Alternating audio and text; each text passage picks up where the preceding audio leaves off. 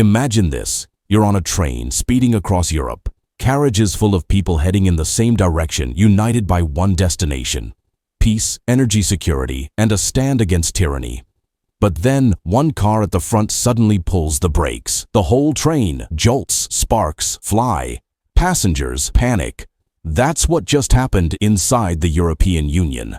On June 23rd, Hungary and Slovakia pulled the brakes, blocking the EU's latest round of sanctions on Russia. A move that's not just slowing down Europe's unified response to war, but threatening to derail the entire journey toward political and energy independence. So here's what you need to know. The European Union was about to pass its 18th sanctions package against Russia, a sweeping set of measures targeting Russian banks, energy revenues, and key exports tied to the war in Ukraine. These sanctions require unanimous approval from all 27 member states. But Hungary and Slovakia said no. They stood up and said, "This package goes too far. It threatens our economy, and we won't be part of it." Suddenly, the unity that once defined the EU's stance on Russia fractured. But why did they do it? Let's break it down.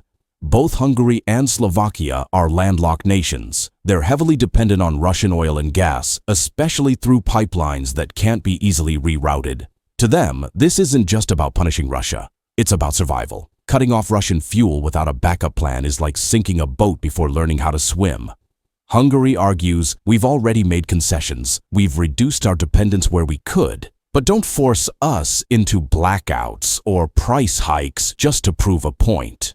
Slovakia agrees. They even asked the EU to delay the vote altogether so they could study the economic impact more closely. In their view, this isn't sabotage, it's self-preservation, but the rest of Europe sees it differently. You see, the EU has been marching toward a vision called Repower EU, a plan to completely cut off Russian fossil fuels by 2027. It's a bold move, and a necessary one. To Brussels, this is about more than fuel. It's about freedom, about never again being held hostage by Kremlin gas taps. But to Hungary and Slovakia, it feels like being asked to walk a tightrope without a safety net. That's the heart of the conflict. Climate ambition versus energy. Unity versus sovereignty. Now here's where it gets even more complicated. Hungary, under Prime Minister Viktor Orbán, has long been in conflict with the EU over rule of law issues, from press freedom and judicial independence to anti-LGBTQ+ laws and alleged corruption. Back in May 2025, a report from Euronews revealed that there is no majority among EU states to formally sanction Hungary under Article 7 of the EU treaty. Why? Because Orbán has cultivated just enough allies, like Slovakia, to block those sanctions. So critics say, is Hungary using its veto power not just to protect its energy, but to shield itself from accountability? That's the million-euro question. So what's really at stake here? Well, this isn't just a policy hiccup, it's a stress test for the EU itself.